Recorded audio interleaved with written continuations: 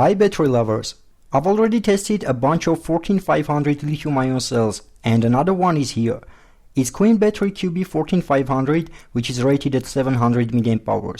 I want to remind that 14500 is the same AA size, but lithium-ion's nominal voltage is 3.7 volts versus 1.5 volts of alkaline and 1.2 volts of nickel cadmium and nickel metal hydride. So you can't replace a single AA size alkaline or nickel cell with a lithium-ion one.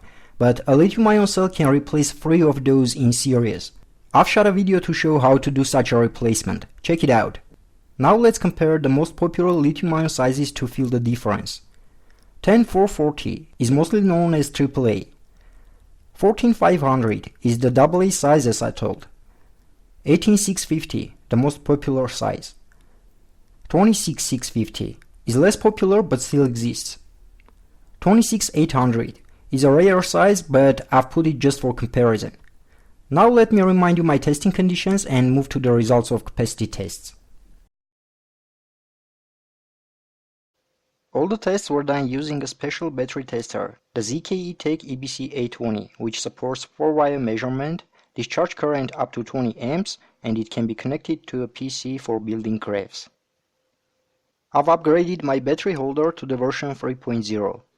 I have made contact pads from 0.5 mm pure copper sheet. The positive terminal is 9 mm wide and the width of negative terminal is 11.5 mm. The pads are designed to provide good connection even with batteries which have deep placed positive or negative contacts. I've followed all the prescriptions of the IEC 61960 standard concerning battery's capacity measurement.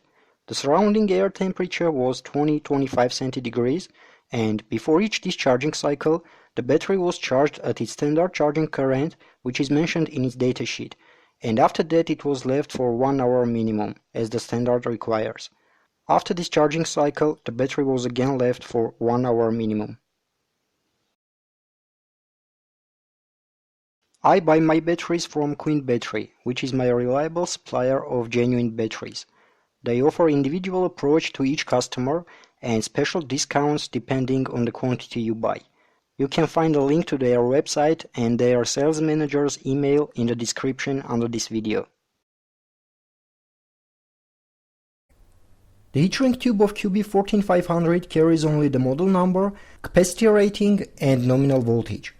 It has the following specs according to its datasheet. Nominal capacity 800 mAh, minimum capacity 780 mAh, nominal voltage 3.7 volts, standard charge current 400 mA, maximum charge current 750 mA, charge end voltage 4.2 volts, maximum continuous discharge current 1.6 amps, discharge cutoff voltage 2.75 volts, AC impedance less than 60 milliohms, weight 18 grams.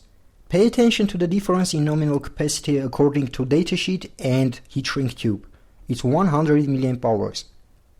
The measured weight of my cell was 18.17 grams.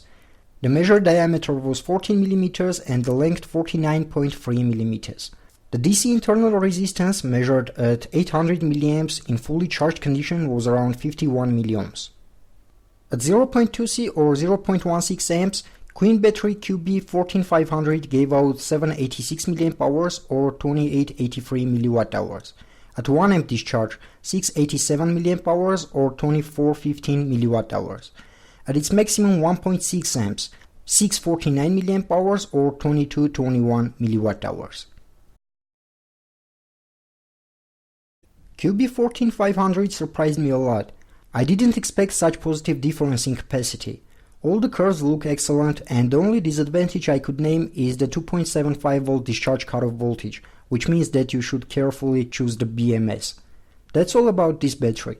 Hit the like button if this video was interesting, share it, leave a comment and don't forget to subscribe. Bye bye!